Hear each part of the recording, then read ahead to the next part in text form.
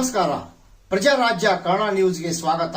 ನಾನು ರಾಮಗೌಡ ಪಾಟೀಲ್. ರೈತರ ಆರ್ಥಿಕ ಬಲವರ್ಧನೆ, ಸಹಕಾರಿ ಸಂಘದ ಏಳಿಗೆ, ರೈತರಿಗೆ ಸೇವೆ ಒದಗಿಸುವ ನಿಟ್ಟಿನಲ್ಲಿ 10 ವಾಟ್ ಪ್ರಾಥಮಿಕ ಕೃಷಿ ಪತ್ತಿನ ಸಹಕಾರಿ ಸಂಘದ ನೂತನ ಕಟ್ಟಡ ಉದ್ಘಾಟಿಸಿದ ವಿಧಾನ ಪರಿಷತ್ ಹಿರಿಯ ಸದಸ್ಯರು ಹಾಗೂ ಮಾಜಿ ಸಚಿವ ಪ್ರಕಾಶ್ ಹುಕ್ಕೇರಿ ಹಾಗೂ ಮಾಜಿ ಸಂಸದ ರಮೇಶ್ ಕತ್ತಿ.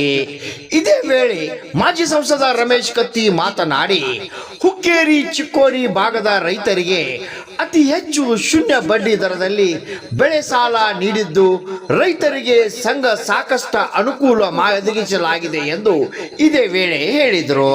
ರಾಮಗೌಡ ಪಾಟೀಲ್, ಪ್ರಜಾರಾಜ್ಯ ಕನ್ನಡ ನ್ಯೂಸ್, 10 ವಾಟ್. ಪ್ರಕಾಶನ ನನ್ನ ಹೊಗಳಿ ಹೊನ್ನ ಶಿವಲೆಕ್ಕೇರಿಸಿದ್ರಯ್ಯ ಅನ್ನುವಂಗ ಅತಿ ಹೊಗಳಿದ.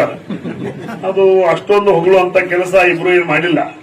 ನಿಮ್ಮ 10 ಗ್ರಾಮದ ಸುಪುತ್ರರಾಗಿ, ನಿಮ್ಮ ಮನೆ ಮಕ್ಕಳಾಗಿ, ನಿಮ್ಮ ಮನೆ ಹಿರಿಯರಾಗಿ, ನಿಮ್ಮ ತಮ್ಮನಾಗಿ, ಅಣ್ಣನಾಗಿ ರೈತರಿಗೆ ಏನು ಸಿಗಬೇಕು, ಕೇಂದ್ರ ಮತ್ತು ರಾಜ್ಯ ಸರ್ಕಾರದಿಂದ ಏನೇನು ರೈತರ ಮನೆ ಬಾಗಿಲಿಗೆ ಸಿಗಬೇಕು ಅದನ್ನೆಲ್ಲ ತಂದು ಕೊಡುವಂತ ವ್ಯವಸ್ಥೆ ಇವತ್ತು ಪ್ರಕಾಶನ ಹುಕ್ಕೇರಿಯವರಾಗ್ಲಿ ನಾನಾಗ್ಲಿ ಮಾಡಿದ್ವಿ ಅನ್ನೋ ಮಾತನ್ನ ಈ ಸಂದರ್ಭದಲ್ಲಿ ಹೇಳ್ತಾ, ವಿಶೇಷವಾಗಿ ಇವತ್ತು ಪ್ರಕಾಶನ ಹುಕ್ಕೇರಿಯವರು ಸಹಕಾರಿ ಕ್ಷೇತ್ರದ ಎಲ್ಲೂ ಕಂಡಿಲ್ಲ.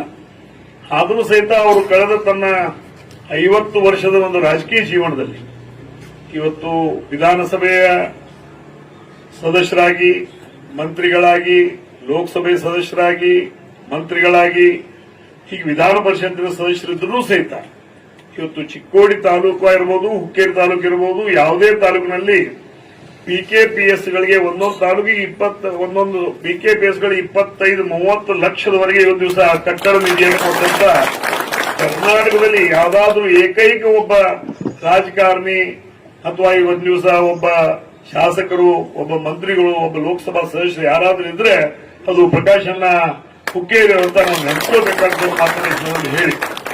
ಇವತ್ತು ದಿವಸ ಅವ್ರ ಪಕ್ಷ ಕಾಂಗ್ರೆಸ್, ನನ್ನ ಪಕ್ಷ ಇವತ್ತು ಬಿಜೆಪಿ, ಇದ್ರೂ ಸಹಿತ ಇಬ್ರು ಸಹಕಾರಿ ಕ್ಷೇತ್ರದ